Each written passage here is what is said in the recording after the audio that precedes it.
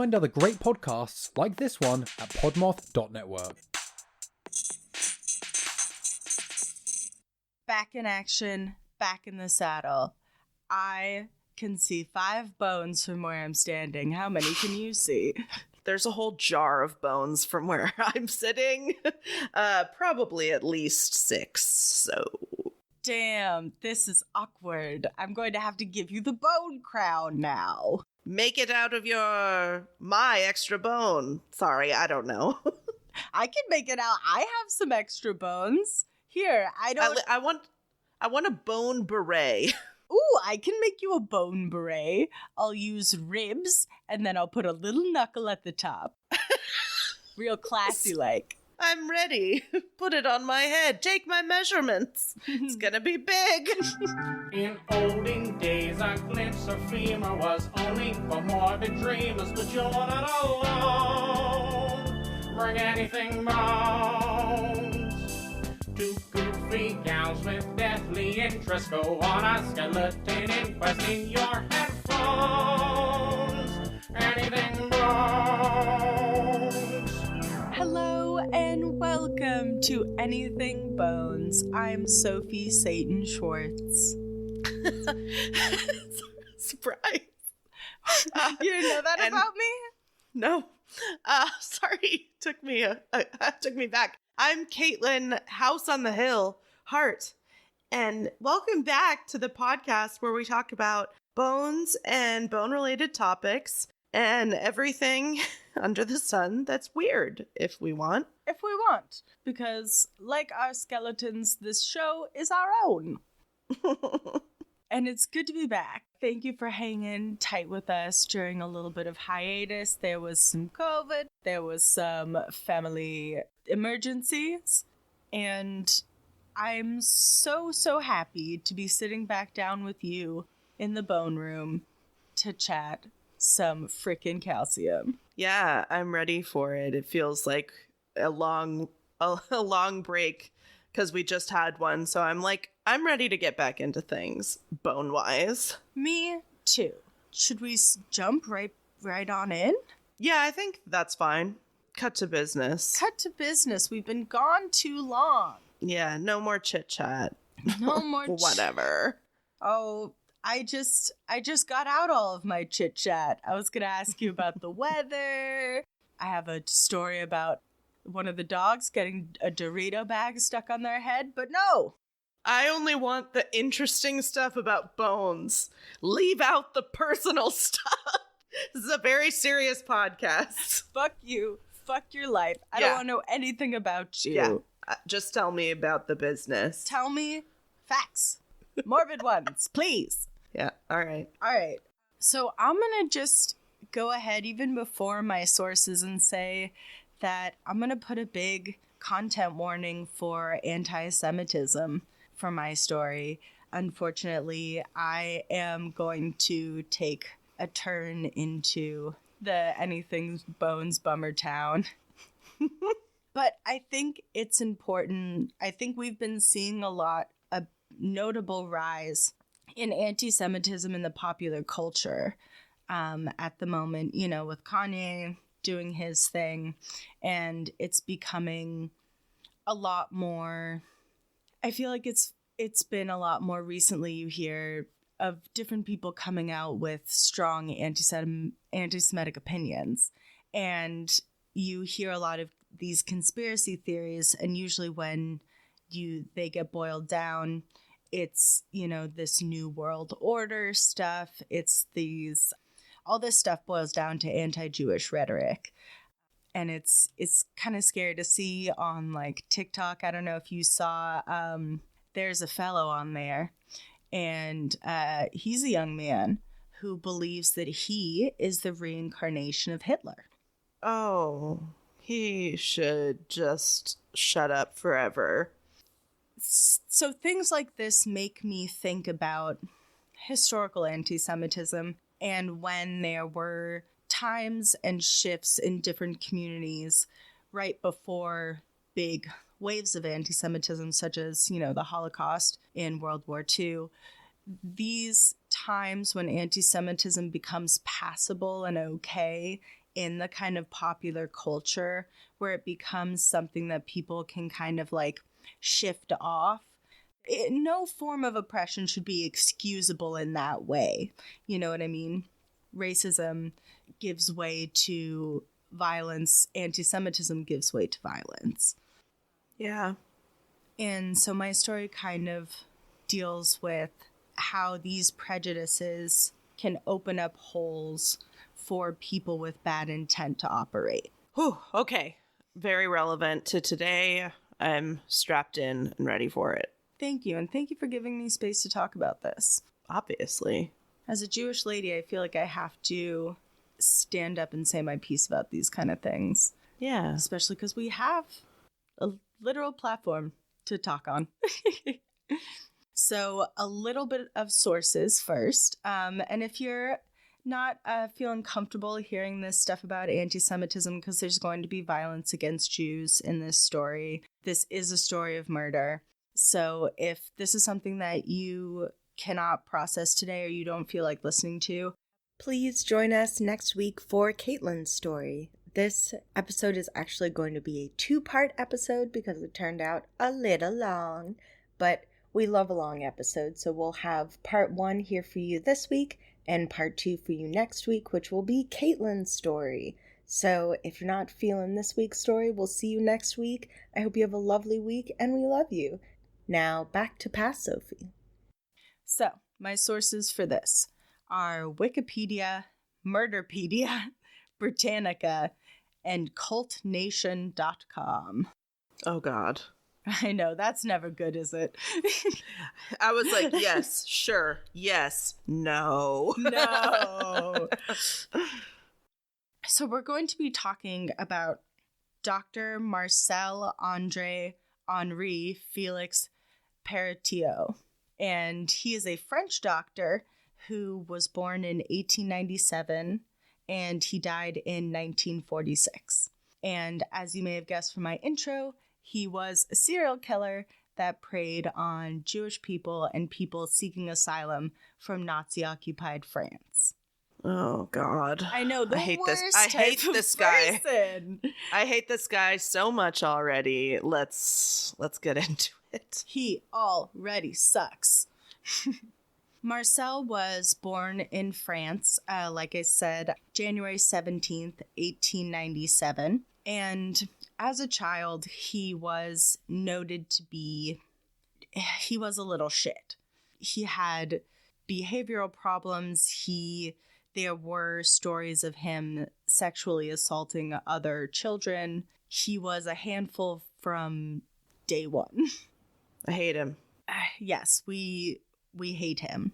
One through line we'll see through all of this is that he often comes in contact with quote-unquote real physicians throughout this whole story who all diagnose him as mentally ill.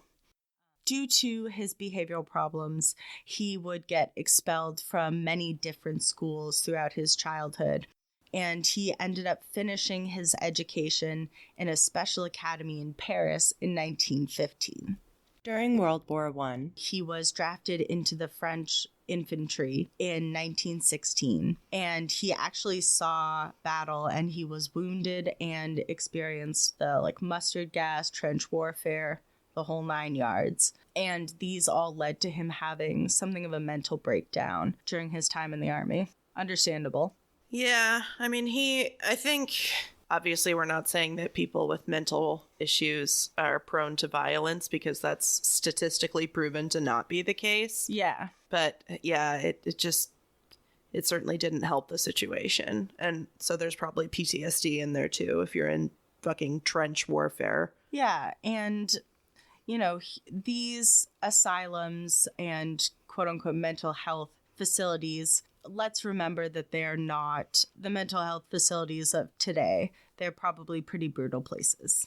Right, you wouldn't want to end up there. Yeah, but he was sent to several of these asylums and rest homes, but he was soon arrested for stealing blankets and other supplies and then was jailed in Orleans.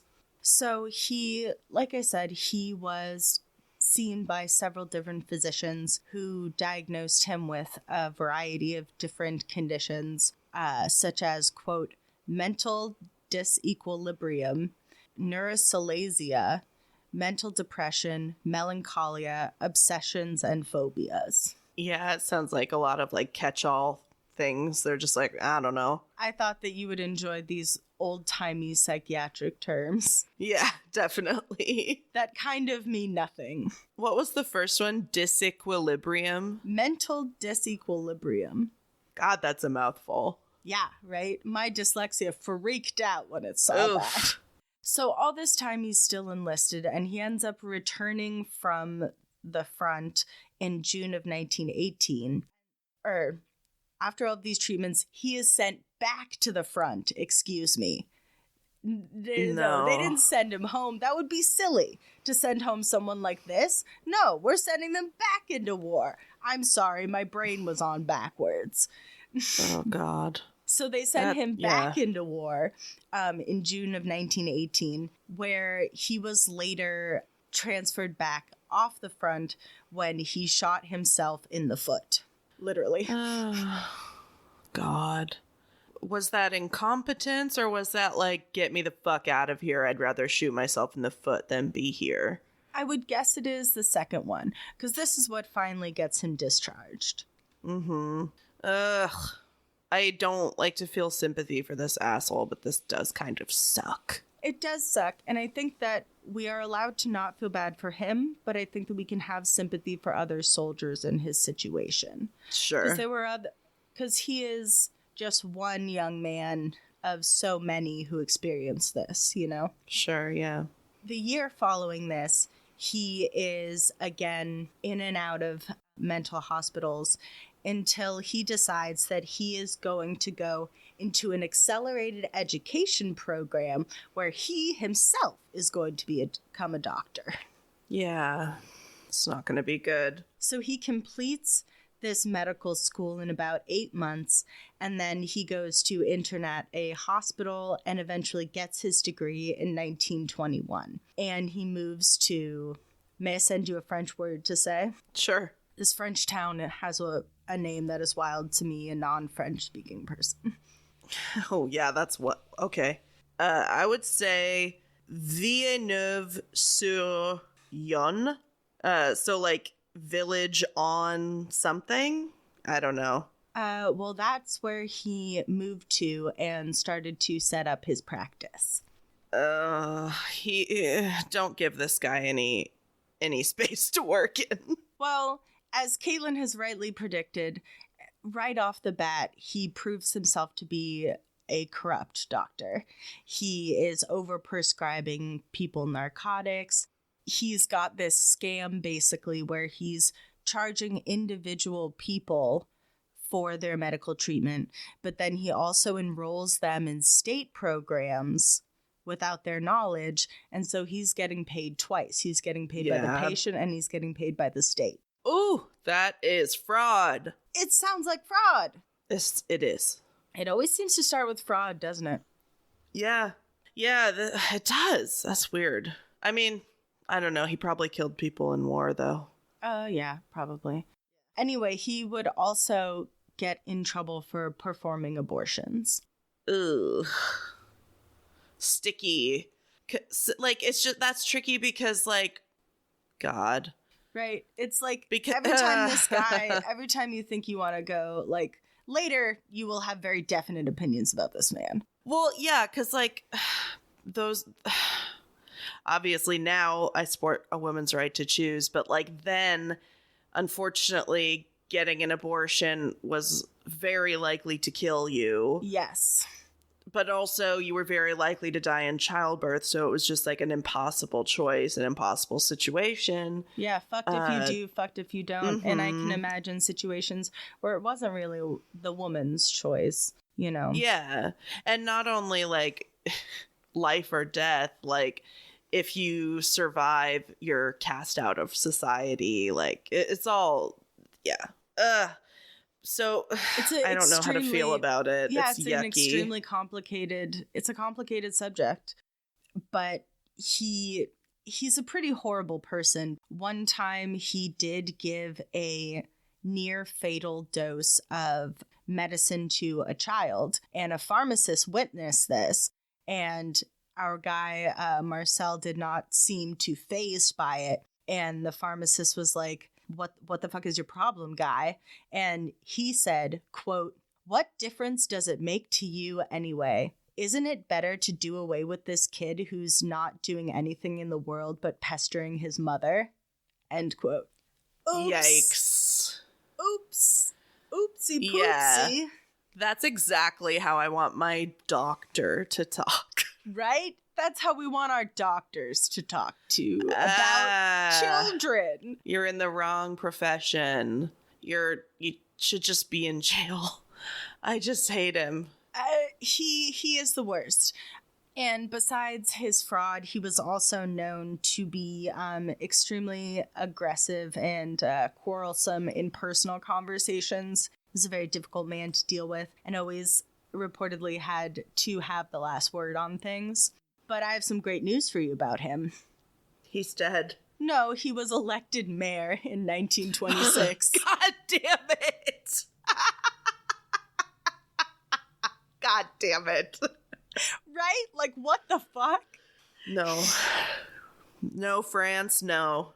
Well, while he's busy being mayor, he gets married to a woman named Georgette, and they have a son. And he gets accused of stealing taxpayer money like you do. Oh, he did it. I don't even have to tell you. I don't need any evidence. He did it. Well, he had very sticky fingers throughout his entire life, and he was accused of stealing taxpayer money. He was accused of stealing more supplies. He was accused of stealing oil cans from the train station. Yeah, me too. But he was suspended for 4 months in 1930 because they did convict him of fraud. Oh, good.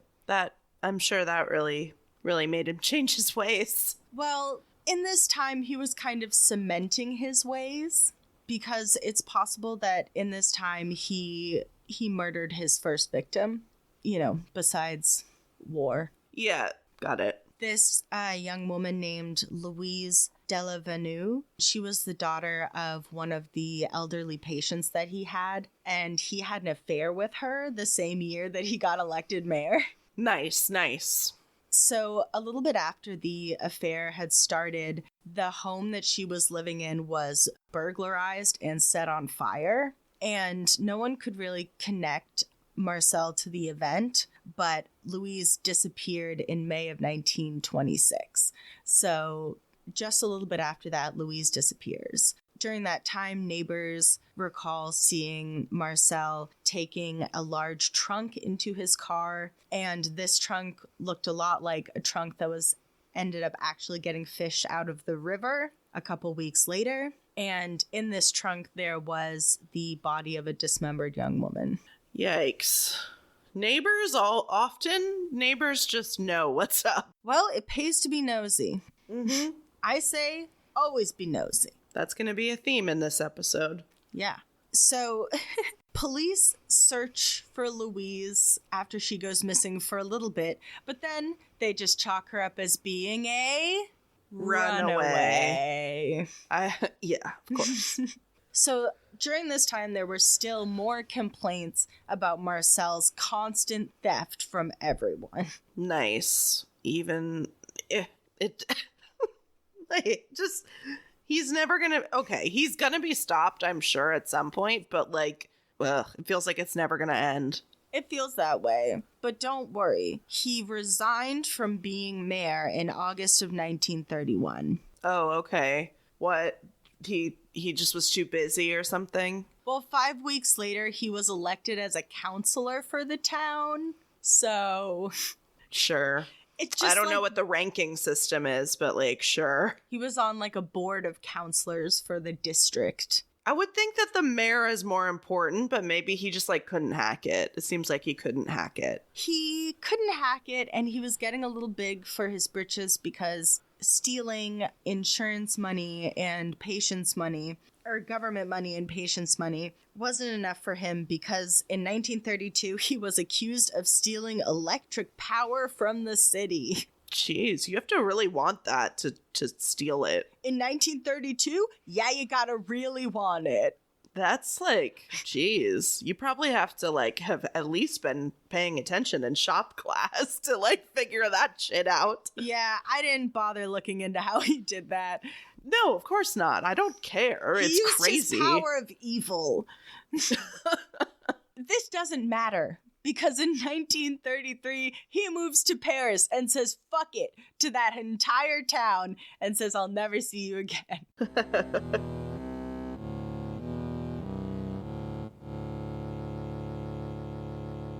Memento mori, an object serving as a warning or reminder of death. Death is inevitable, but how it happens can be tragically unfair. It can be dark, cruel, hateful, or just plain bizarre. I'm Megan, and I'll be your guide through these stories of chaos and devastation. Come listen as we dive into all types of true crime cases and learn about the evil that lurks among us as well as the victims that deserved none of it. You can go to mementomoripod.com for more information. Monsters are real, and they look like people. He goes to Paris and he's kind of written himself up a bunch of like imaginary recommendations. So he's able to build up an impressive reputation right away and able to open up his own practice at 66 Rue Caumartin. But unfortunately, his habit of overprescribing narcotics and giving abortions had followed him to Paris, and he was starting to get the wrong kind of attention for that. He was, however, appointed to the Médecine des Arts Civils, which gave him the authority to write death certificates. This was in 1936. So this guy now has the ability to forge death certificates. Isn't that good? No, that can't be good. No. This guy is a problem. He's gonna definitely use that to his advantage. No. It's fine because he kept doing tax evasion. Oh. And if that doesn't make sense, it doesn't make sense to me either. How are you? Okay, I just like, if you're on a board, if you're the mayor, well, I don't know. I'm saying like, don't politicians have to follow the law? But then we've seen Trump's tax returns, so. Seen Trump's tax returns? This dillweed Santos has lied about every single part of his life. It's all the same. So I'm glad we're just repeating history. I mean, that's why we have to do shit like this and look into the past and look from the past to the present and make these little like brain connections because they're the same, you know. I don't want to call, well, no, I feel comfortable. He faked that his parents were his grandparents were Holocaust survivors. You know, people like Santos and people like the guy that I'm talking about are slimy. This guy is way more dangerous, the guy I'm talking about, but there's a type of slimy that comes with this type of dishonesty. Sure. Oh, I'm getting worked up. My back's hurting. And my phone closed. Oh, dear. So, our guy is having lots of fun, evading taxes and overprescribing narcotics. And then World War II breaks out. Oh, God. Here we go. And things are hard for the people of Paris because quickly Germany occupies France and they're living under a Nazi regime. So our guy Marcel begins to provide false medical certificates to French citizens who are drafted to forced labor into Germany, and he also treated sick workers. Good for him. Yay. Thanks, guy. But he was convicted in 1942 of overprescribing narcotics, and there were going to be two people who were suffering from addiction who were witnesses who were going to testify against him, but they disappeared. Oh, how convenient. It's crazy that he's not losing his ability to prescribe, even though this has happened before. I don't know. He's living in Nazi-occupied France. I think that's the least of people's worries. Yeah, I guess. But this is how shit like this slips under the radar. I think we've talked about this many times, that in times of war and times of great conflict, this is the primary time for serial killers and like people with ill intentions to act upon the vulnerability of people in a crisis situation. he starts spreading around a bunch of crazy rumors about himself, that he has secret weapons of his own design that kill Germans without leaving any forensic evidence. And he also says that he has placed booby traps all over the city of Paris and that he's working with a fictional group of anti-fascist Spaniards. What? So he's basically spreading rumors that he is part of the resistance, but he's not doing any of these things. Yeah, I was gonna say. He has no great secret weapon that can kill just Germans without any forensic evidence. And there's no way he's running around like Kevin McAllister setting fucking trip lines around Paris. Yeah, that's just like a weird lie. It's just like you're really grasping at straws. Well, it's like some people could have been booby trapping the city, but it wasn't him. There's no evidence he was ever doing that. Okay. So during World War II, among these rumors, among this chaos, is where he hits his stride and starts doing the scheme that he would really become known for, which was that he created a fake escape route for Jews leaving Nazi-occupied France, and he would lead them basically straight into harm's way. Oh my fucking God. That's disgusting. What he would basically do, it gets worse from here. Biggest trigger warning here. So what he would do, he had this fake escape route, and it was called Fly Talks, and he had a code name, and his code name was Dr. Eugene. Stupid. Couldn't think of a better code name, my guy.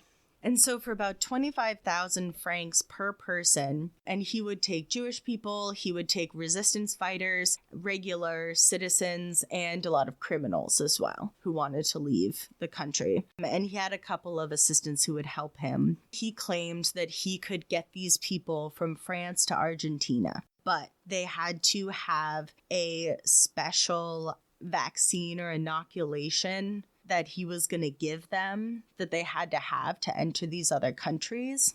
But it turned out that most of these shots that he would give people were cyanide, and he would kill them and take all of their worldly belongings and dispose of their bodies. Fuck. So these people thought that they were on the road to freedom, away from the worst threat that they've known in their lives, and they walk right into the den of a serial killer. That's horrible. That's just, yeah, that's sick. And it's the type of chaos that was going on in France and the level of casual anti-Semitism in society that allowed for this type of stuff to happen. He would take the bodies of his victims, and he would destroy them by putting them in quicklime or incinerating them. In 1941, he bought a house for himself near the Arc de Triomphe, so great views for his hideous murders. Yikes. And I think that this is so funny, but you know who was starting to get on his case by this time? Who was looking for him? Is it Hitler? It's the Gestapo. Jesus Christ. Like, what? Who am I rooting for here? Nobody. Nobody. It's chaos. It's bad. It's chaos. So the Gestapo hear of his route, his fake escape route, which comes to bite him in the ass with this. They hear of his escape route, and they end up capturing a couple of his accomplices, and they're like, tell us who the fucking ringleader is. And they're like, sure, it's this guy. He calls himself Dr. Eugene. This is the guy, Marcel? Yeah, the Okay, doctor. Yeah, Marcel. Meanwhile, March 6th, 1944. The neighbors noticed that there was a large amount of smoke coming out of the chimney of the house of Marcel that was by the Arc de Triomphe, and it smelled very bad. Yeah, not very subtle, dude. No. And neighbors had to complain for a couple of days because no one went to check it out until March 11th. Yeah, sounds about right. They go and they look, and there's a note on the door saying that the residents of the house will be back sometime. Sure. Whatever. Right. It's just like, oh, okay. That's lame. Like, Yeah. I mean, I guess it's like him trying to buy time. I thought you were going to say that there was a note on the door that said like plague or like everybody has the flu or something like that. I mean, that'd be smart, but this guy's no real doctor. Right. He's Dr. Eugene. He's Dr. Eugene. Well, unfortunately for Dr. Eugene, they do call the police eventually, and they roll up on their bicycles. I thought I'd include that. And the neighbors tell them who the owner of the house is, Marcel Petiot. And they were like, he's got another house at 66 Rue Catamartin that's like right down the way. And they were like, yeah. So like we see a lot of stuff passing between these two houses, including like a bunch of people coming to this empty house during the past like 5 to 6 months. And they would have like strangers coming with a horse cart some nights. And a few months earlier, 2 trucks had come and removed 47 suitcases from the residence. No. Yeah. And 30 to 40 heavy sacks of unknown cargo. Oh my God. What? Oh no. So the police are like, what's going on? They've maybe noticed something is amiss in all this bullshit. They have. So they call him. They Sure. literally call him on the phone. Hey, are you doing something bad? You have to tell me. Basically, they're like, hey, we're gonna go in your house. Is that okay? And he's like, and he says, quote, don't do anything. I will be there in 15 minutes. A half an hour goes by. What? And he doesn't show up. So the firefighters eventually break down the door and they get in there and they are immediately seeing the horrors of what he's been doing. Oh, God. So the officers go downstairs to like a basement where they see a stove that is packed with human limbs. Supposedly an arm is dangling out of the open door. This is Isn't like there always Yeah. an arm dangling out of the open door? Sorry, like a commercial oven, just like in somebody's kitchen oven. I think it is maybe a furnace in the basement. Oh, God.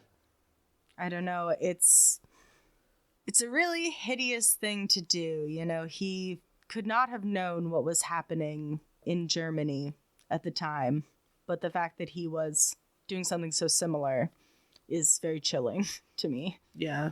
Of course, there's a heap of bones. There's always a heap of bones. Charred bones, of course, along with several dismembered bodies. And they also found in this basement a pit filled with quicklime. And they said that in the home there was enough human remains for at least 10 people. A lot of people estimate it's a lot higher. Yeah. So he would lead people to his home? Yeah, basically. Jesus. And tell them, you know, you have to have this. You're not going to be allowed into, you know, South America unless you have this, you know, inoculation. Yeah. And then he would poison them right then and there. And these people were fleeing for their lives, so they had on them all their most valuable things that they wanted to take with them to start a new life somewhere else. Yeah, and they probably trusted him because he's a doctor. Oh, God, this is sick. So based on examination of the remains, it looked like there were, like I said, more than 10 victims, the oldest being a man in his 50s and the youngest being a woman of about 25. So no children, at least. Silver lining, yeah. That we found. They also found in his home a wide array of poisons, including chloroform, digitalis, cyanide, and, of course, 50 times the typical physician's amount of morphine and heroin. Yeah, perfect combination. We're loving it.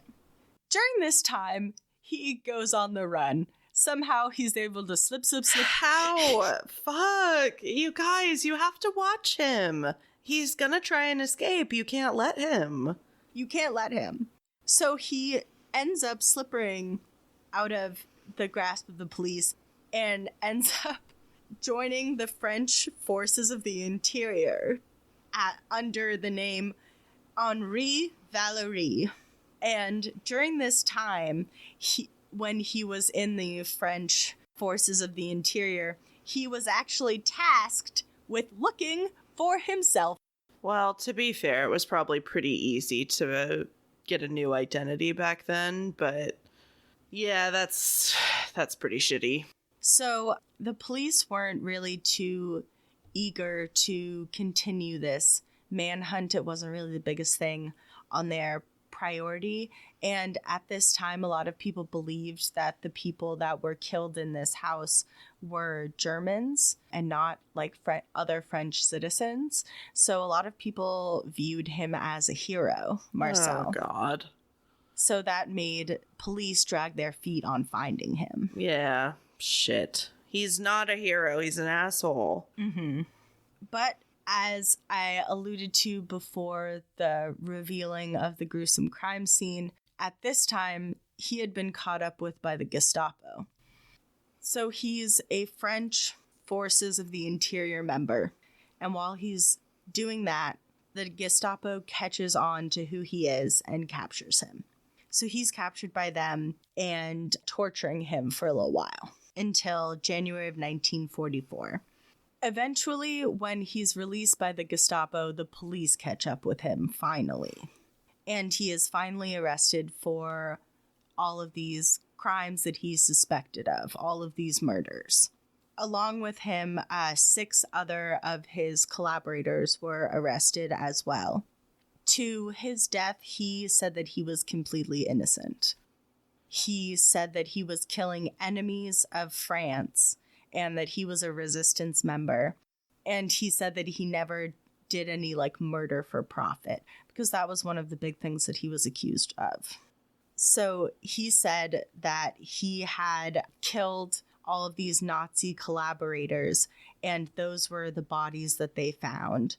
But there were no records of these people being Nazi collaborators, and many witnesses came forward with stories of people who had been sent to Marcel to escape the country and had never been seen again, and had been reported missing after having contact with him.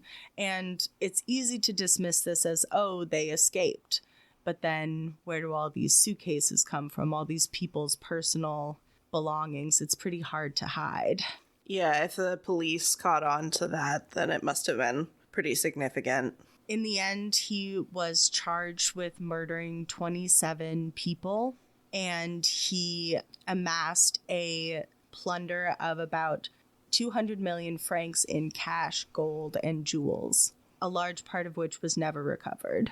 So he was technically charged with 135 different criminal charges, but they were only really able to stick him with the 26 murders. At the end of the trial, he was sentenced to death on the 26 counts of murder, and he was put to death by guillotine in 1946. Yeah, shit. That's France. That's France. They guillotined people up to 1976. Oh my God. Wow. But I don't think this guy deserved it. I would have preferred that he was hacked to death with a dull axe. Because guillotine is far too kind for someone like that, who takes Jewish refugees, ordinary citizens just trying to leave, and kills them for their worldly possessions. And then tries to lie about it and say that he's on a different side than he is. It's so weird. It's very weird, and it felt like something that needed to be talked about in the common era, because like I was saying at the beginning of the story, I'm very concerned about the rise of anti-Semitism in our country and in our culture at the moment. And, I hear the prevalence of more Jew jokes around, I heard someone talking about features on TikTok where they called somebody's nose Jewy. And it's just these tiny little things that are stepping stones that I just want to make people aware of, that a culture like this makes it easy for people to do crimes like this. It makes people not care about Jewish people and about people who are under oppression in the current culture of the climate, in the current climate of the culture. And it opens people up to be victimized by these type of crimes. Yeah, well said. Thanks. Marcel, may he rot in hell. And you know what his, like, serial killer name is? What? Dr. Satan. Oh. Yeah, it's too much. It's too much. It's too much. He is a dick, but I hate it when they give him, like, cool nicknames. Like, ugh, I don't like that. Yeah, I think it sounds stupid. Stupid nickname for a hideous, cruel man. Oh, I need a cookie. Thanks for listening to that story. It felt very important and of the moment to tell. And I think that it seems as though we have too much bones for one episode. Yeah, so if y'all don't mind, we're going to say goodnight for this episode. And we'll see you next week for the rest of our story. I mean, my story, which is going to be... Should I tell them? Well, why don't you tease it? Oh, okay. Yeah. It's a famous murder house in LA. It's called the Los Filos Murder Mansion.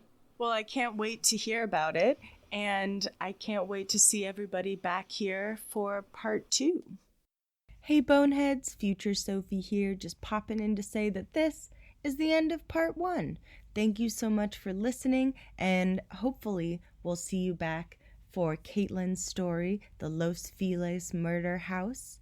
If you would like to go to our Instagram and check out pictures from this week's episode and other episodes, and hop on to Apple Podcasts and give us a little rating if you feel like it.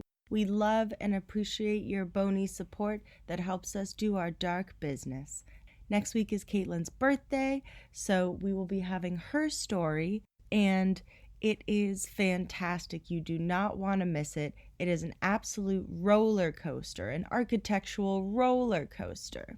So lead us off, ladies, and I'll see you next week. We love you, and bon voyage. Bye. Thanks for listening to Anything Bones. Follow us on Instagram or Facebook at Anything Bones Podcast, or email us at anythingbonespodcast@gmail.com. Thank you to Nick Kruger for our spooky music and Stephen Vetteroff At Chubby Scrubby on Twitter, for our jazzy vocals, and thank you to Camilla Franklin at Camilla Strader on Instagram. for our beautiful bony artwork. Please rate, review, and subscribe. I want a bone haberdashery. You'll have it. Thank you.